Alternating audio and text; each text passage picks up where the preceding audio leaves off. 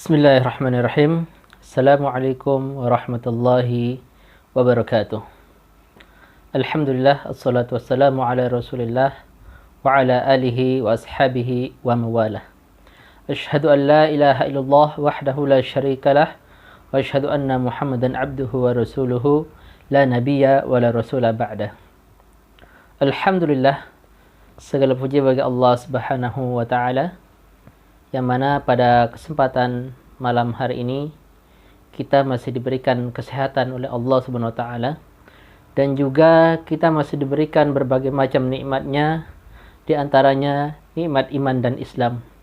Dan kedua nikmat inilah yang paling berharga dalam hidup kita, yang mana apabila kedua nikmat ini dicabut oleh Allah Subhanahu wa taala dari kita, maka sudah dipastikan bahwa kita akan menjadi orang yang sesat, menjadi orang yang sengsara di dunia maupun di akhirat kelak. Jamaah yang dimuliakan oleh Allah Subhanahu wa taala. Salawat dan salam kepada Nabi kita Nabi Muhammadin sallallahu alaihi wasallam. Beliaulah yang telah mengajarkan kita agama Islam. Beliaulah yang membimbing kita menuju hidayah Allah Subhanahu wa taala, dan semoga kita diakui sebagai umatnya dengan ketetapan bagi kita untuk selalu menjaga sunnah-sunnah dan mengikuti jejak langkah perjuangan baginda Rasulullah sallallahu alaihi wasallam. Jamaah yang dimuliakan oleh Allah Subhanahu wa taala. Dalam perkataan pepatah Arab mengatakan, pemuda masa kini akan menjadi pemimpin di masa depan. Dalam ungkapan ini mengandung sebuah harapan bagi kita. Pentingnya untuk mencetak sebuah kekuatan dari generasi muda pada saat ini. Karena merekalah yang akan menentukan nasib kebangsaan kita, nasib negara kita. Mereka akan bisa mengaturnya apabila kita bisa menyiapkan pada saat ini. Maka menjadi tanggung jawab kita sebagai orang tua adalah menyiapkan anak-anak kita sebagai generasi harapan yang akan mampu untuk memimpin bangsa yang besar ini. Jamaah yang dimuliakan oleh Allah Subhanahu wa taala. Setiap orang tua memiliki kewajiban terhadap anaknya. Akan tetapi, kalau kita melihat pada saat ini, banyak sekali fenomena yang mengejutkan kita. Seorang ibu atau seorang ayah tega membunuh anaknya. Dalam suatu kasus, misalnya di Sumatera Selatan, ya, tepatnya adalah di Muara Enim, terjadi suatu kasus yang sangat menggetarkan penduduk pada saat itu. Karena ada seorang ibu muda yang berumur 19 tahun, ya, tega membunuh anaknya yang masih berusia 1 tahun. Kurang lebih 1 sampai 2 tahun. Ya, karena anaknya masih balita. Nah, konon katanya anaknya ini meminta makan kepada ibunya. Kemudian sang ibu pun mengambilkan makanan untuk anaknya. Akan tetapi ketika disodorkan makanan itu, ternyata anaknya menolak untuk tidak makan. Dengan rasa spontan dalam perasaan ibu ini menimbulkan rasa kesal. Sehingga apa yang terjadi? Dia pun memukul anaknya. Setelah dia memukul anaknya, dia kembali menahan dirinya untuk mengambilkan makanan kembali dan diberikan kepada anaknya. Akan tetapi si anak masih tidak mau menerima makanan tersebut. Kalau kita berpikir mungkin anaknya ini tidak selera dengan makanan yang diberikan oleh ibunya. Akan tetapi, ya, tanpa pikir panjang, si ibu ini langsung memukul anaknya dengan piring. Memukul bahunya sampai berdarah, dan akhirnya anaknya ini pun karena pendarahan dia pun meninggal dunia. Sebuah kisah juga datang dari Palembang. Seorang ibu menikam anaknya yang berusia 7 tahun. setelah meninggal, ya, anak yang berusia 7 tahun ini, ibunya pun membunuh dirinya sendiri. Ada juga kasus di Boyolali, seorang ibu membunuh anaknya juga. Jamaah yang dimuliakan oleh Allah Subhanahu wa taala. Ternyata dalam kehidupan ini banyak sekali tindakan-tindakan yang tidak baik yang dicerminkan oleh orang tua kepada anaknya.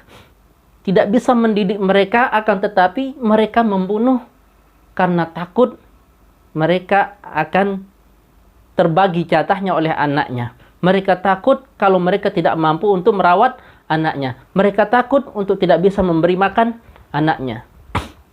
Padahal Allah mengatakan, "Wala taqtulu auladakum khasyata imlaq." Janganlah kamu membunuh anakmu karena takut kelaparan, atau karena takut tidak bisa memberikan mereka nafkah, atau takut karena tidak bisa memberikan mereka makan. Nahnu narzuquhum, kata Allah. Kamilah yang akan berikan mereka makan. Wa iyyakum, dan kalian juga. Akan tetapi ternyata firman Allah Subhanahu wa taala ini tidak bisa dipahami oleh kalangan masyarakat pada umumnya. Dan akhirnya mereka mengambil jalan pintas. Mereka membunuh anaknya, bahkan membunuh dirinya sendiri karena takut terhadap ekonomi. Jamaah yang dimuliakan oleh Allah Subhanahu wa taala. Berdasarkan kisah tersebut, dalam konsep Islam menganjurkan kepada kita memiliki sebuah kewajiban bagi orang tua. Kewajiban bagi orang tua untuk mendidik dan menentukan siapa yang akan menjadi calon ibu dan ayah dari sang anak. Makanya dalam Islam ada 3 hal yang harus dilakukan oleh orang tua, yaitu 3 hal ini adalah menjadi hak bagi anak. Yang pertama yang harus dilakukan oleh orang tua adalah memilih calon ibu atau calon ayah untuk anaknya yang akan datang. Maksudnya apa? Ya. Sebelum dia memiliki anak, maka ibu atau calon ayah ini harus bisa mencari jodohnya dengan sesuai dengan syariat Islam. Apa yang dianjurkan? Kalau kita merujuk dalam hadis Rasulullah SAW, misalnya, tunkahul mar'ah li arba'. Perempuan itu dinikahi karena 4 hal. Ya. Maksudnya ini, hadis ini menunjukkan bahwasanya bagaimana orang itu memilih jodoh. Ya. Walaupun kontennya ini adalah ditunjukkan kepada perempuan, akan tetapi maksudnya adalah buat perempuan dan juga untuk laki-laki juga. Nah, kita lihat coba yang pertama. Tunkahul mar'ah li arba'. Yang pertama adalah limaliha, karena hartanya. Wanita itu dinikahi dengan 4 hal. Yang pertama adalah karena hartanya. Kemudian yang kedua, lihasabiha, karena nasabnya. Kemudian yang ketiga adalah lijamaliha, ya, karena kecantikannya. Kemudian yang keempat adalah lidiniha, karena agamanya. Fadbar bidzatid din, kata Rasulullah SAW. Pilihlah karena agamanya. Taribat yadak. Kalau engkau tidak bisa memilih, maka engkau akan celaka. Engkau akan mengalami suatu hal yang tidak akan sesuai dengan kehidupan yang baik. Maksudnya apa? Ketika kita memilih calon pasangan, ya, kalau kita tidak bisa memilihnya dengan baik, sesuai dengan anjuran Rasulullah, yaitu kita milih dengan berdasarkan agamanya yang baik, maka semuanya itu akan bersifat suatu hal yang akan bisa menjadikan kita ini merugi. Misalnya yang pertama, limaliha. Kalau kita memilih karena hartanya, harta itu tidak bersifat kekal. Ketika harta itu habis, atau mungkin harta itu bisa lenyap, ya, maka akan hilang. Kita akan merugi. Nah, kemudian lihasabiha, karena keturunannya. Mungkin dia anak kolong merat, atau anak seorang pejabat, atau anak orang-orang yang memiliki kekayaan yang melimpah ruah, ya. Nah, kalau seumpamanya kita memilih karena keturunannya, akan tetapi agama jelek, agamanya buruk, maka itu tidak akan baik juga bagi kita. Ya. Apalah gunanya keturunan kalau ternyata akhlaknya tidak mencerminkan akhlak seorang muslim.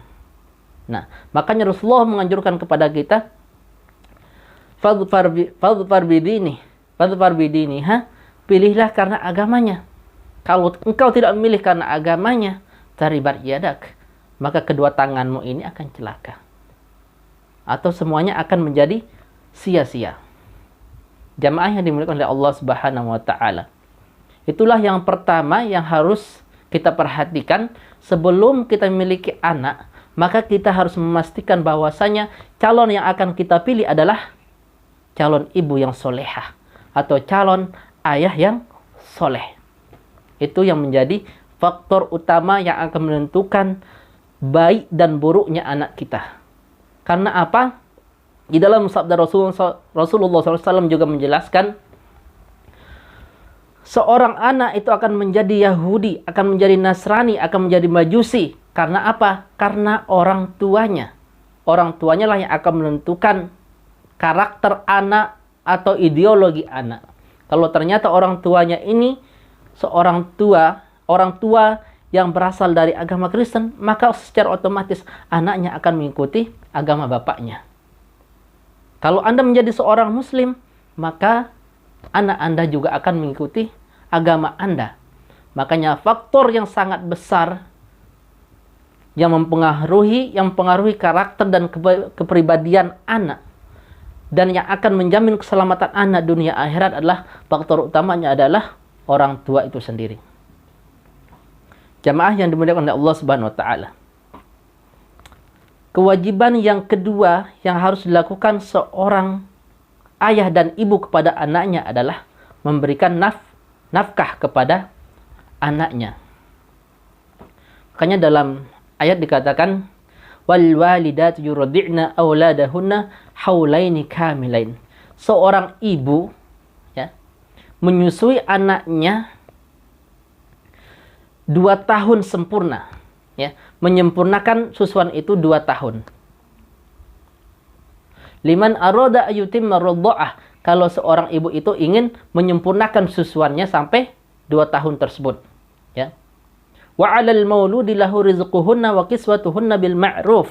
Nah, ini kewajiban seorang bapak atau kewajiban seorang ayah adalah memberikan nafkah, memberikan rezeki kepada ibu ya, yang menyusui anaknya, yang merawat anaknya. Apa yang diberikan? Harus bisa memberikan makanan, memberikan pakaian yang layak bagi ibunya atau bagi anaknya. Nah, ayah inilah yang berkewajiban untuk mencarikan nafkah, ya, memberikan harta yang halal kepada istri dan anaknya.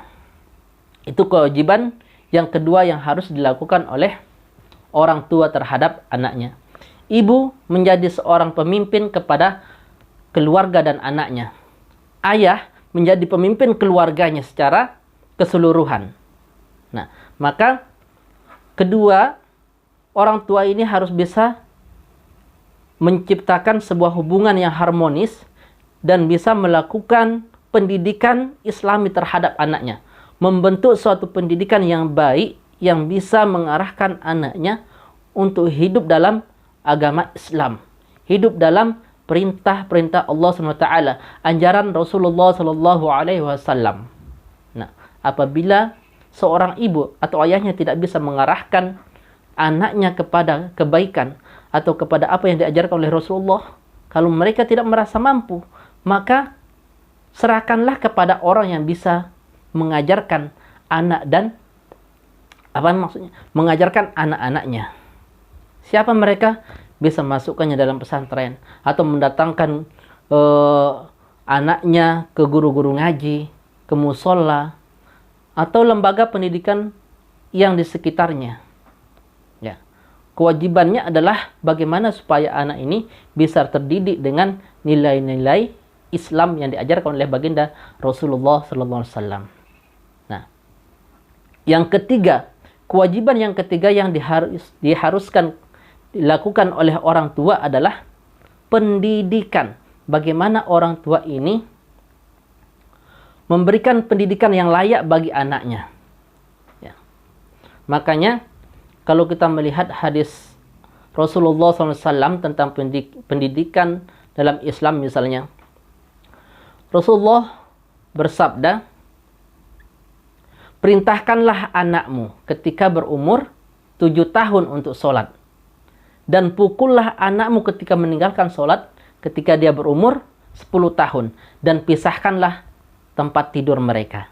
Ini merupakan hadis yang disampaikan oleh Rasulullah yang mengandung unsur pendidikan bagi anak. Ya, kewajiban bagi orang tua, bagi kita adalah mendidik anak kita, memahamkan nilai-nilai Islam, mengajarkan mereka sholat, ya, mengajarkan mereka puasa, mengenalkan mereka apa yang diperintahkan oleh Allah Subhanahu wa taala dan Rasulnya. Nah, itu yang menjadi kewajiban yang harus kita sampaikan kepada anak-anak kita. Kewajiban yang harus kita ajarkan kepada anak-anak kita. Jamaah yang dimuliakan oleh Allah Subhanahu wa taala. Kewajiban-kewajiban tersebut ternyata sering sekali dilupakan oleh orang pada umumnya. Sehingga apa yang terjadi? Kebanyakan anak mereka telantarkan, bahkan tidak sedikit dari mereka menjadi berandal-berandal di jalanan. Ada yang menjadi pencopet, ada yang menjadi maling, ada yang menjadi perampok, dan lain sebagainya. Ataupun walaupun mereka terdidik, ya, akan tetapi kalau mereka tidak mendidiknya dengan nilai-nilai Islam, apa yang terjadi? Mereka bisa menjadi pejabat, akan tetapi mereka menjadi pejabat yang korupsi. Ya. Makanya konsep yang diajarkan oleh Rasulullah kepada kita ini harus kita jaga dengan baik. Kita tanamkan kepada kepribadian kita sendiri, kemudian kita ajarkan kepada anak-anak kita. Jamaah yang dimuliakan oleh Allah Subhanahu wa taala. Itulah yang ingin saya sampaikan kepada ibu dan bapak. Intinya adalah kewajiban kita terhadap anak itu ada 3. Yang pertama, kalau kita masih belum menikah, maka kita harus bisa mencarikan calon ibu atau calon ayah bagi anak kita. Yaitu mereka adalah orang yang soleh dan soleha. Yang kedua, kewajiban bagi kita adalah menafkahi. Ya. Setelah menikah, kewajiban kita adalah menafkahi istri dan anak kita.